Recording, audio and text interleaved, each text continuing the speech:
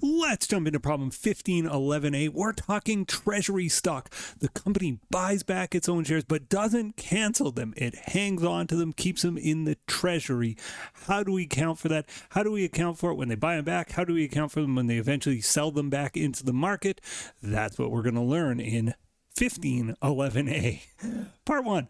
The December 31st, 2030 balance sheet of Jonas Company shows the following equity section. So you can see the stockholders' equity, paid in capital. This is American question, so we're going to use American lingo throughout.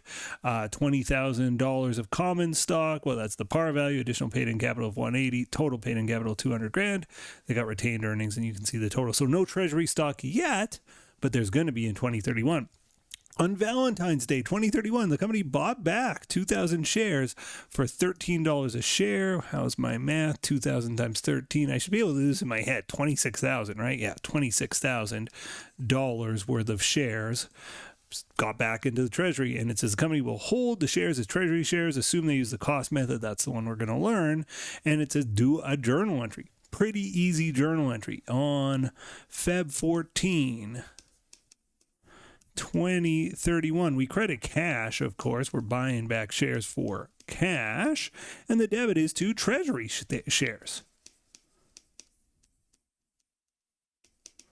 $26,000. And so this account is like a negative equity account because your common shares are the scoreboard of what your shareholders, your outstanding shareholders are holding on to, and these 26,000 are shares you've got back in the company, so they're not part of the outstanding shareholders scoreboard. So there you go. That's the February 14th entry. Now, what's more interesting is part B. It says, assume that this was the only stock transaction during the year, and the company had 100 grand in net income, declared and paid $20,000 of dividends during the year. Prepare the equity section on December 31st, 2031 balance sheet.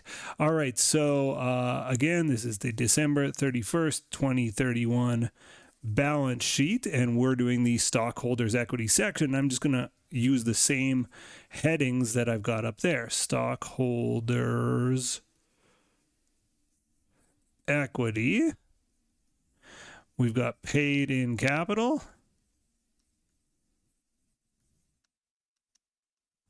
And we've got common stock. Now, the issue here, when you get to this intermediate level, is you really have to lay out what the common stock situation is. It's not enough to say common stock and a number. You have to have this bit. So we have 20,000 shares issued. We didn't issue any new shares here. So 20,000 $1 par shares issued. But now we have a different number issued as we have outstanding because we bought back 2,000 shares. So those shares are issued because we didn't cancel them. So we have 20,000 shares issued. We only have 18,000 shares outstanding. So 18,000 shares outstanding. Maybe I'll write it out. Outstanding.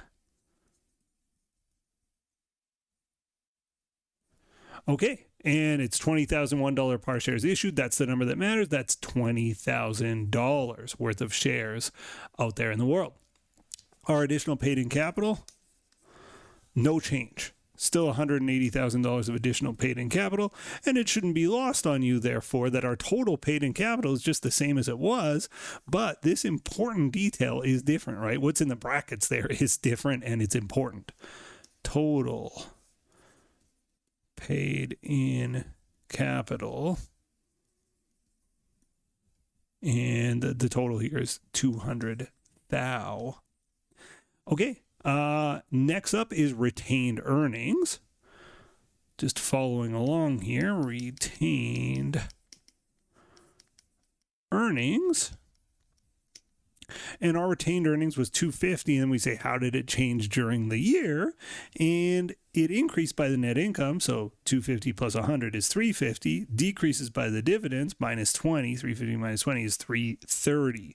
So our ending retained earnings here is 330. I've seen a subtotal here sometimes. I've seen it sometimes not. I'm going to use the subtotal in this one. I think in the next one I won't, just to show you what it looks like. But the subtotal is total shareholders' equity before treasury stock. I've also just seen it. They just go on and do treasury stock. Sort of like income before taxes, total shareholders' equity before treasury stock, 530, and then you just take away your treasury stock, less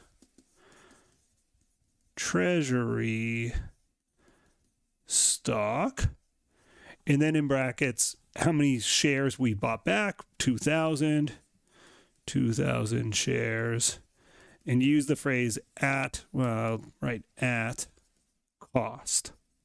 2,000 shares at cost. So what is the cost? 26,000. So we take away 26,000, and that brings us down to our total stockholders' equity. 530 minus 26 is 504. And there we have a beautiful stockholders' equity section, a couple dollar sign there, and there is where I would put them. And yeah, I think we've got a beautiful stockholders' equity section. We've done a wonderful job on part 1.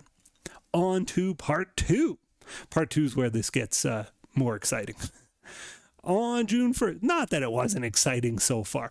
On June 1st, 2032, I'll do this in blue ink. Let me change my pen.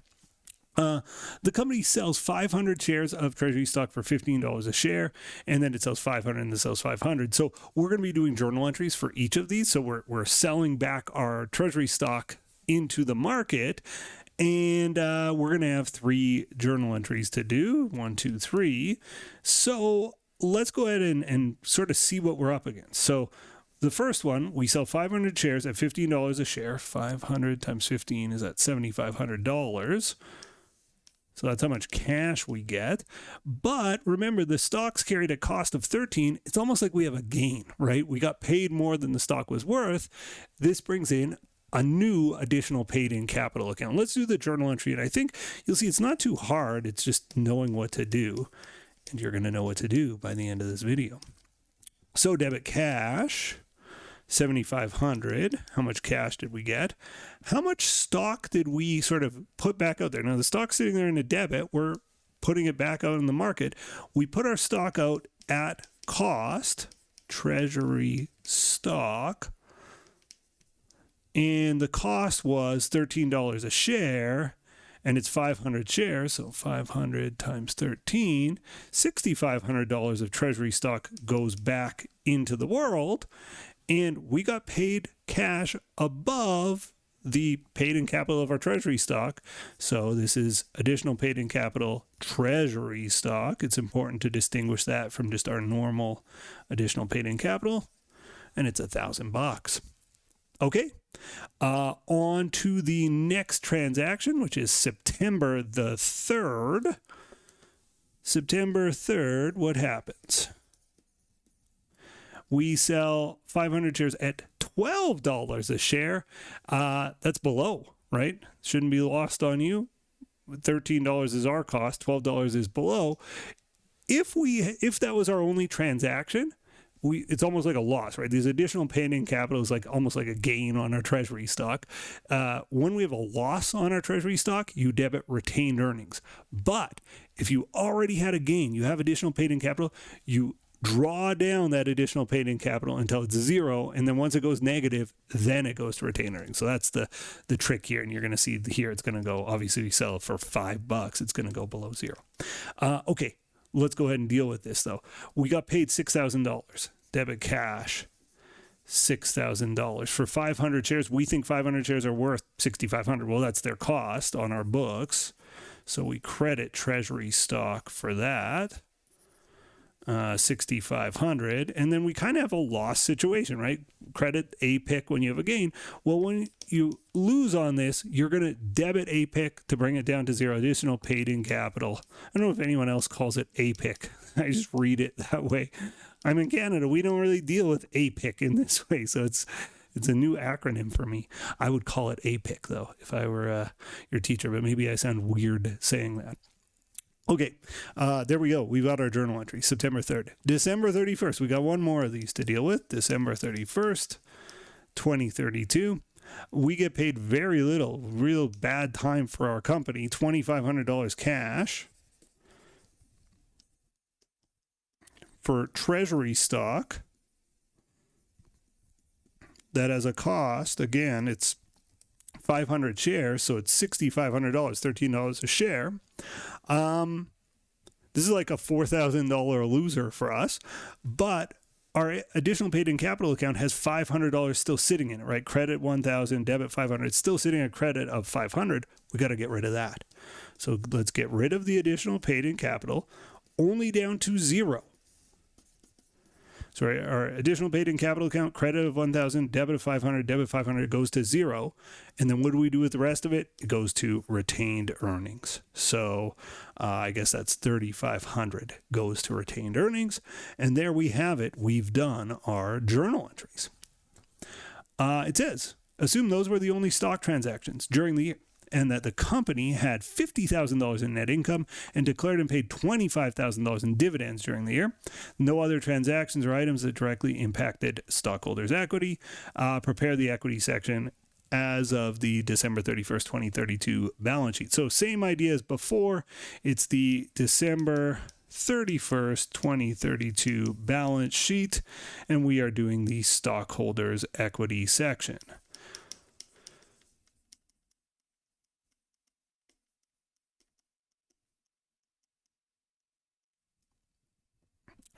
Okay, so we'll start with our paid-in capital. I'm just copying the headings from up above because it's essentially the same headings with different details and numbers. Our paid-in capital begins with, of course, common stock, and still 20,000 par shares issued, $1 par shares issued. Now, how many are outstanding? Well, it was 20,000, then we bought back 2,000, so we're at 18. We issued 500, 500, 500, we issued 1,500, so we went from 18,000 up to 19,500. We're sitting at 19,500 outstanding.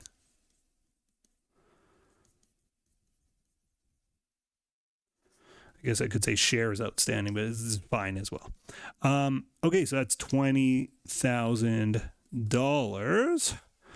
And our additional paid-in capital was not touched. Our additional paid-in capital account. Now, I know you're thinking, well, we have this APIC Treasury stock, but our original additional paid-in capital of 180 was not touched. That brings up the topic of the additional paid-in capital Treasury stock. How much is in there? APIC Treasury, credit of 1,000, debit of 500, debit of 500. It's zero, so we don't need it here. We would just list it as another line, but unnecessary. So 20,000 plus 180, 200,000. Oops, not 20,000, 200,000. And this is our total paid in capital. Okay, beautiful. So what comes next? Well, after total paid in capital, retained earnings.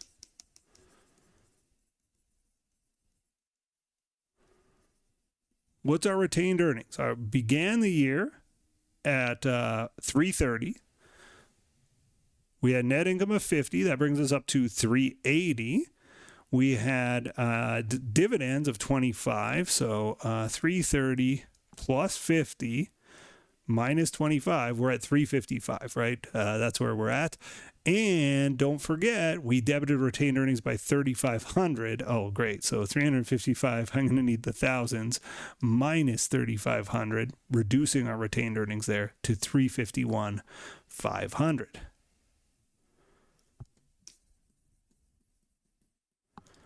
All right, on we go. So our subtotal here, total shareholders' equity before treasury stock.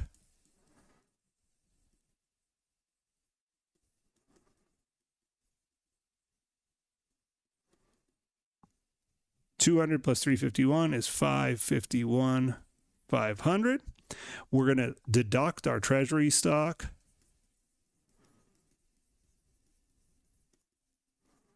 And remember, we said we had 2,000 in the treasury. We released 1,500. We sold 1,500 back out. So we still have 500 shares. I always want to do the at sign, at cost. And our cost, of course, was at $13 a share, I believe. Yeah, $13 a share. So 6,500 is what's left in our treasury stock, bringing us down to total shareholders' equity, 551,500 minus 6,500 is 545,000. Double underline there, dollar sign at the top of each column, dollar sign beside anything with the double underline. I'll put them both on screen at the same time. So we're going from 2031 to 2032, and I think we're done. 1511A. If you made it all the way to the end, thanks for watching. Smash one of those buttons, and I'll see you in the next video. Bye for now. The next video in our series is right up here, and if you want a supercut of all of the videos in this series, that's the one down below.